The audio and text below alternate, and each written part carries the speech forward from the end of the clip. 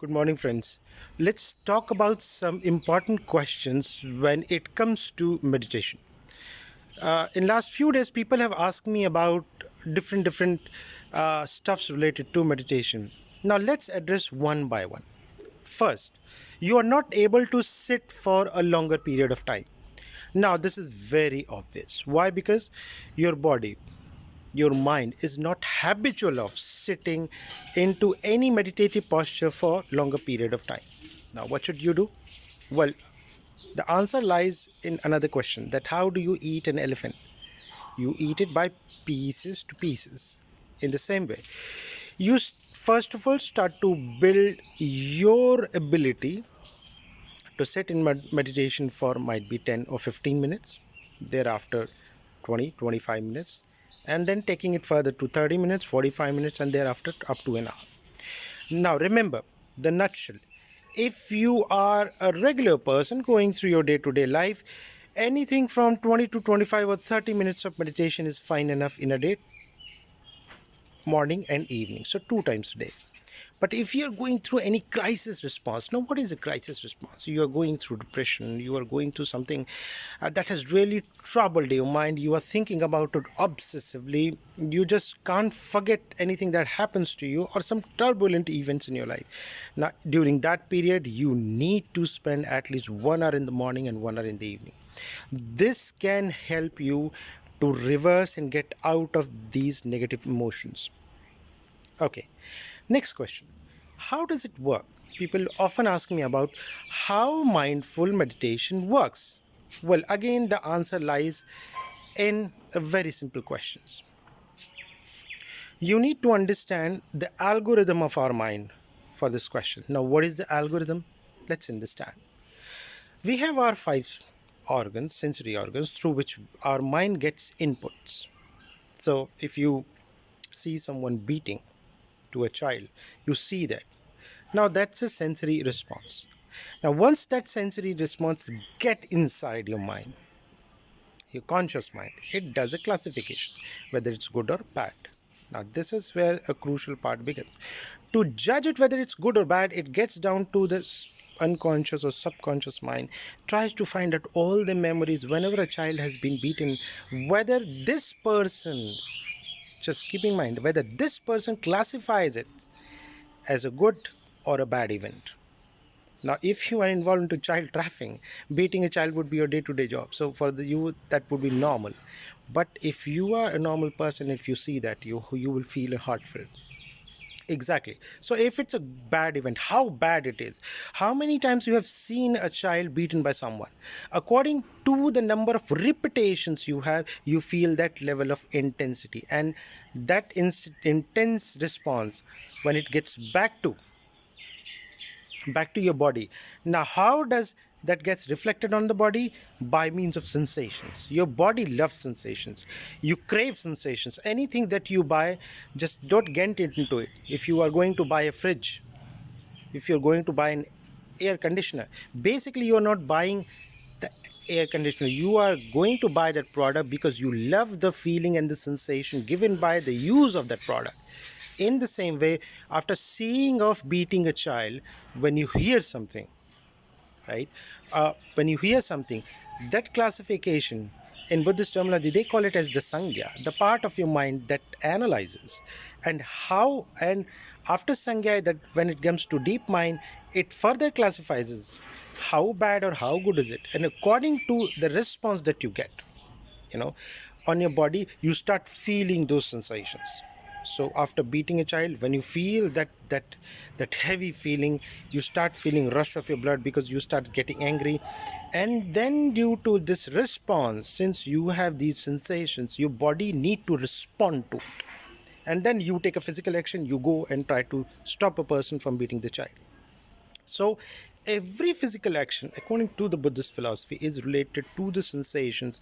And when you, the and most crucial aspect is when you feel those sensations, and they call it as the bhokta bhav. Bhokta bhav, when you exactly assimilate that energy back into you, then you move into a specific action.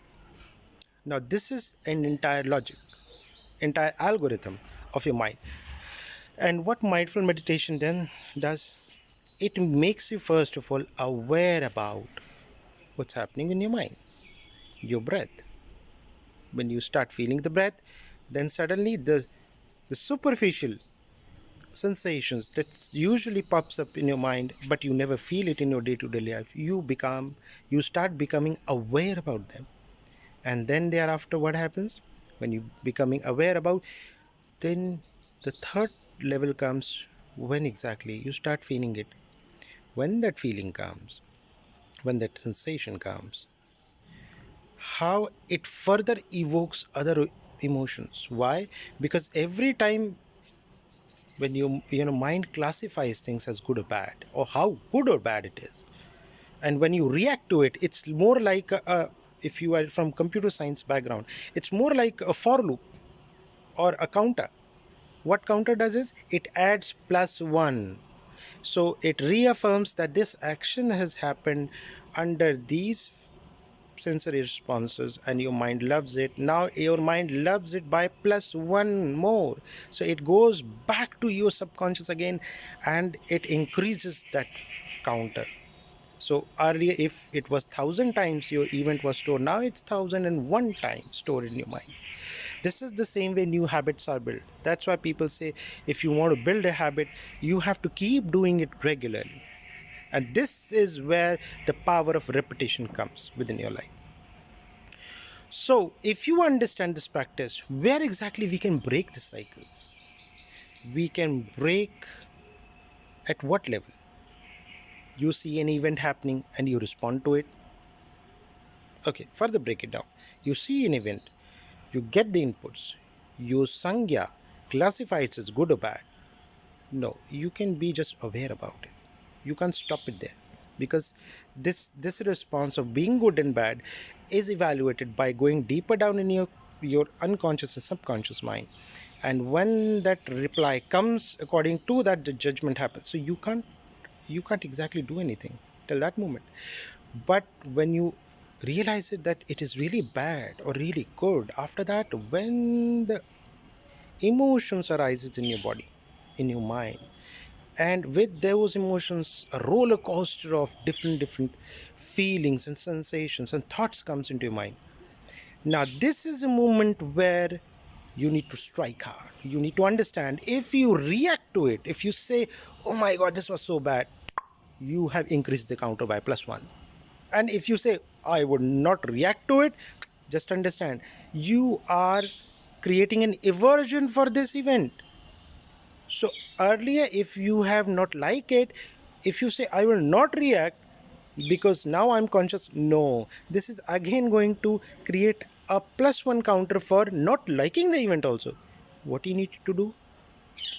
This is the time when you need to be absolutely observe, pure observe, and observe at a level where it just comes in, and the sensations, your mind calculates the algorithm, it says yes and no, the emotion comes back on your body, but since it needs your reaction to it, your reaction in decides whether you need this deep seated emotions or not in your unconscious. So you refuse to react, you just observe, you feel the intensity of the emotions, you feel the vibrations in your body, you feel the sadness, anything, but you just don't react to it. Totally equanimous, observable mind. Now that is the moment the cycle breaks and it snaps. Now what happens when you don't react? It again gets back to the subconscious saying that the person didn't react. So if he didn't react, it doesn't needs it. So now that 1000 time repetitions becomes 999, and then again it's 998. This is how you break your old thoughts and patterns. If you have more questions, comment it. I will make sure that I will respond to them as soon as possible. And if you're looking to make your career into mindful meditation, we have our teacher training program. If you are still looking for it, just directly message me on my page. Thank you.